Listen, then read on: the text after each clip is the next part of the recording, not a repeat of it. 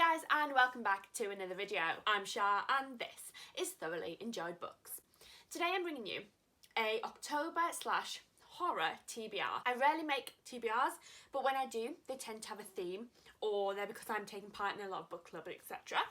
And it's October, which means horror is galore. I have a little stash of horror books here that I want to talk to you about and that I plan on making several videos on throughout the month of October, and I'll get more into that as I get into these. However, what I do want to point out before I start is that these are all, I think, by white people. 4 of them are by white men and are quite old. I think they're all pre-80s.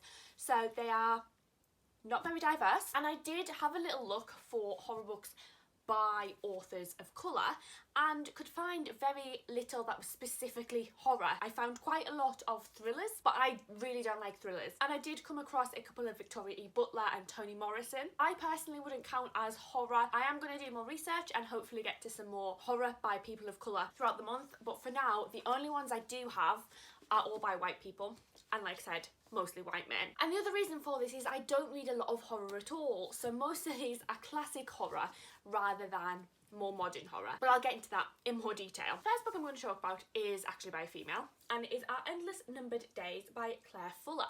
This is kind of an apocalyptic, maybe it is on the side of a thriller, but it's one I've got on my shelves, so I want to read it, about a father who tells his daughter that the world is ending and essentially takes her out of civilization. They move into a cabin in the woods and she's never seen again until 9 years later when she re-emerges, and that we're trying to figure out what exactly happened. I've heard a lot of people talk about this book in the past.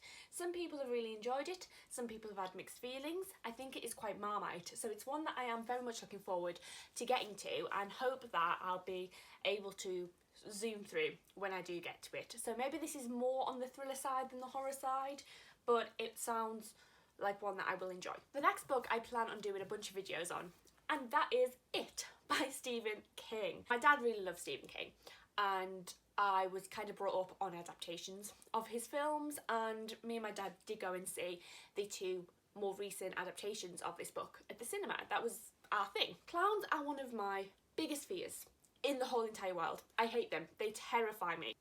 Ugh. But I really want to read this book. I feel like it's a classic of horror. You have to read this. But it's absolutely ginormous, as you know. It's over 1,000 pages, so it's going to take me the whole month to read this, I think. I do want to give it a go. I feel like I'll be very accomplished when I read this. So I do plan on vlogging my experience. I do plan on doing a discussion comparing the book to the films, which means I'm going to have to watch the older films, which I've been told are more terrifying than the remake. And yeah, the remake scared me enough. It's a classic, it's a staple of horror.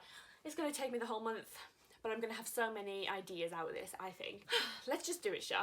And then the last horror books that I have to talk about are 3 very short ones, all in the same series. And again, they are classic horror. They have film adaptations that I've never watched but want to. And those are the Omen books, and these are not in the right order at all. The first book we have is The Omen by David Seltzer, which is the first one, the classic Omen. Then we have Damien Omen 2 by Joseph Howard, and then we have The Final Conflict by Gordon McGill. So these are, like I said, all the same series, all about Damien and the Omen, but are all by different authors. So I feel like it'll be interesting to read a series where each book is written by a different author, where there are films, I think, for all of these that I haven't seen. So maybe reading the one book, then watching the film, reading the second book and watching the film, reading the third book, watching the film, or maybe reading all the books in one go, then watching the films, something like that. That's what I plan on doing. I want to get to these and, you know, just see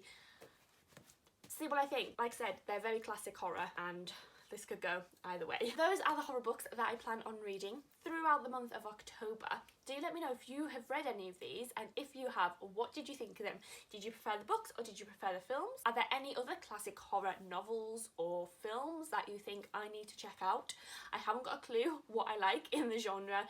Like I said, it's not something I read or watch very often. I don't see myself as a horror fan, but I wanted to push myself this month and just see what I did think. Also give me recommendations for other books, other horrors, particularly written by people of colour, but that doesn't focus on trauma because of their race, if that makes any sense. I don't mind traumatic things, obviously it's a horror genre, but things like Get Out, even though I really enjoyed it, that is about the black trauma. I love the Octavia E. Butler, is about black trauma. Toni Morrison, etc. are about black trauma. I'd like to read something that is about black people or people of colour that doesn't revolve around their trauma, basically. Does that make any sense? As usual, I'll leave all my links down below to my Twitter, my Goodreads, all that good stuff. Go and follow me on there and come and talk to me about books. And I can't wait to see you in another video very, very soon. Take care. Bye.